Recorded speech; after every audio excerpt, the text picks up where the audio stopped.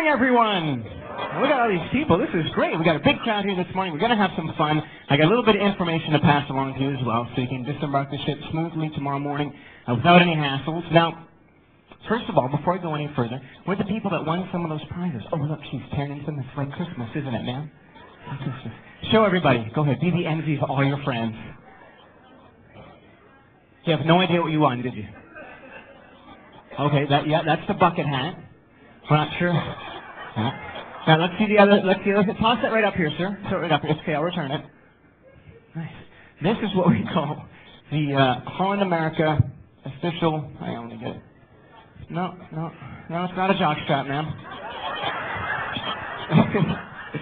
This is the official Holland America post-cruiser belt. It's adjustable. We got many different sizes. You're not laughing. And what else you got there? You got, oh, sorry, sir. You got the Dan Tunes CD holder, and you've got the photo frame. That is fantastic. That whole prize pack is what is affectionately known as, on board our ships, the official Holland America More Crap to Pack prize pack. Lovely. A few more of you out there that have the same thing. Well, welcome everybody. I always have my reservations about doing this little talk on this morning because, well, you know, let's just put it right out there. It's your last day on board the ship, and I know, some of you are kind of upset about that. And I don't know where you're going to go tomorrow, but you can't stay here. But I do wish you could stay another week because tomorrow, as you remember last Saturday when you got on the ship, we had to go through some extensive training. You remember? We had to point you in the right direction. Now, if you could stay on another week, you come pre-trained. So that would be marvelous if you could just stay on board. Now, not sure if you're aware of this, but they've been advertising this in all the travel agencies, publications, all the media around the world. Cruising has just been dubbed the most popular form of travel in the world. So you are now the most popular travelers. It's true. Cruising has been dubbed the most popular form of travel, and, well, with this, as I'm sure you can figure out, the entrepreneurs around the world have tried to figure out ways that they could capitalize on this new booming industry of cruising. And there's people out there that have created small businesses at home or in little offices, and they are now being called, and this is the term, the professional term, post-cruise consultants. Post-cruise consultants. That means you've already been on your trip. Now, I'm not sure if you're exactly what services they provide, but when you go home, look these people up, and I'll tell you what they do exactly. Now, I know many of you have been taking photos, even video, on board the ship and in your cruise here. And, well, the post-cruise consultant works like this. You phone them up and you book an appointment. Then you go and you visit the post-cruise consultant. You take all of your photographs and all of your edited videos, and you sit there with them for as long as it takes. You show them every piece of footage from your videos and every single photograph that you took. And they will sit there for as long as it takes, and they will act as though they really care. That's the post-cruise consultant. Now, also in this newfound tourism boom of cruising, doctors have jumped in on the act, and they have developed, these are actual symptoms, and they are called post-cruise withdrawal symptoms. This is true. Some of you are shaking your head saying, yes, I've heard of these. And they've been saying that the longer the cruise, the more severe the symptoms are. The more severe. So you've only been on a 7-day cruise, so chances are you're not going to be affected too much, but nobody's immune from these symptoms, the post-cruise withdrawal symptoms. And I think they might look something like this. Imagine this. Tomorrow, you get off the ship, you wind up at home. Long day of travel, just finished, take your car keys, you put them on the shelf, you feel a little bit grungy, so up you go into the shower, maybe to clean off after you're traveling that day. You get in the shower, you wash off, you rinse off, you jump back out, you take that towel, you dry off, you take the towel, and you throw it right there on the floor. Yeah. You don't even think about it. See, cruise ship withdrawal number 1 right there. Towel on the floor. It's like Pavlovian theory, right? Now, you go downstairs, maybe a little bit peckish. You've been traveling all day long. So you go into the kitchen, open up the cupboard. There's food there that you've got to cook yourself. No way. Back, you close those cupboard doors. Honey, we're going out for dinner. Out you go to a fancy schmancy restaurant. You sit down at the table. The waiter comes up, presents you with the menu. You open up the menu. There's prices right there on the menu. But you're not deterred by that because you don't want to cook for yourself, so you order a nice meal. You enjoy your meal. After your meal, you reach down, you take your napkin, you wipe off your mouth, put the napkin on the table, stand up, leave, and forget to pay. After being chased a few blocks by the police, you finally make it back home.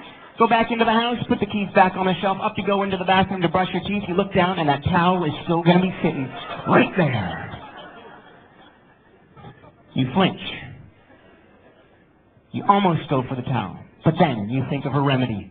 You go into your room, you unzip your suitcase, and out pops the room attendant that you smuggled off the ship.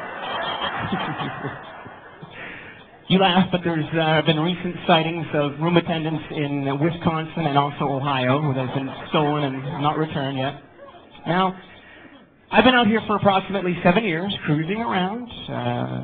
It's been a wonderful, wonderful career, and I plan to do it for quite a while yet to come. Now, it never fails. Every week people come on our ship, and they have questions. They're very interested in how we got involved, how long we do this, or how long we've done this for, what we did before we came out on the ship.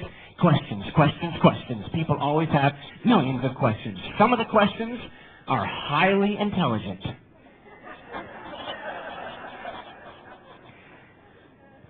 On behalf of the intelligent guests who asked highly intelligent questions, what I've done is I've compiled a list. My top 10 list of the all-time greatest questions I've ever been asked on board the ship. You've probably heard some of these before, maybe even this cruise. Some of you have had these questions, but you caught them before they came out of your mouth. So, top 10 most intelligent questions I've ever been asked on the ship. Number 10, do these stairs go up or down? Yes. Well, that ranks right up there with which elevator do I take to get to the front of the ship. Question number 9. Are the TVs on board satellite or cable?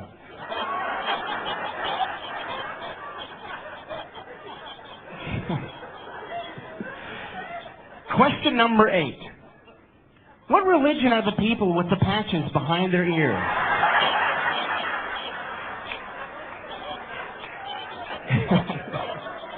I don't care, but they're not seasick. That's all that really matters. Question number 7. Is the water in the toilet fresh water or seawater? Who cares? Actually, I need to take that off because a gentleman a few weeks ago confirmed that it is fresh water, so you don't have to worry about that. Laugh all you want, people, but I can guarantee you later on this afternoon somebody would be claiming that they also can confirm that it's fresh water. Question number 6. Does the ship generate its own electricity? No, we're still plugged into Tampa. Maybe you didn't notice a 500-mile extension cord ran right up the tailpipe of the old Veendam. Question number 5. What time is the midnight buffet? It's not very silly. Around here it's 11 o'clock, as a matter of fact. Question number 4. Does the crew sleep on board? That's one heck of a commute every morning, I tell you. Question number 3. What do you do with the ice carvings after they've melted? Just for you, you know we do it. We put them in your drinks, just for fun. Question number 2. This has made its way up the chart. It has now become one of my all-time favorites. Question number 2. What does happen when you flush when seated?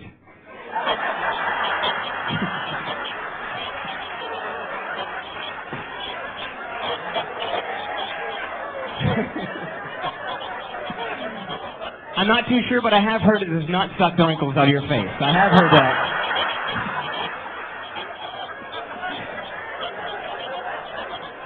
First of all, you got to pretty much break your arm just to get to that button.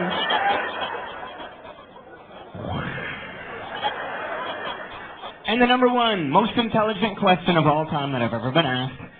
Scott, if the photos in the photo gallery aren't marked, how can I tell which ones are mine? It's your face!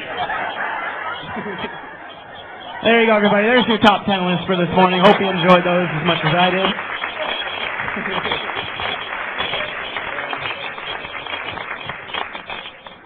Where are you going, ma'am? It actually gets better than that.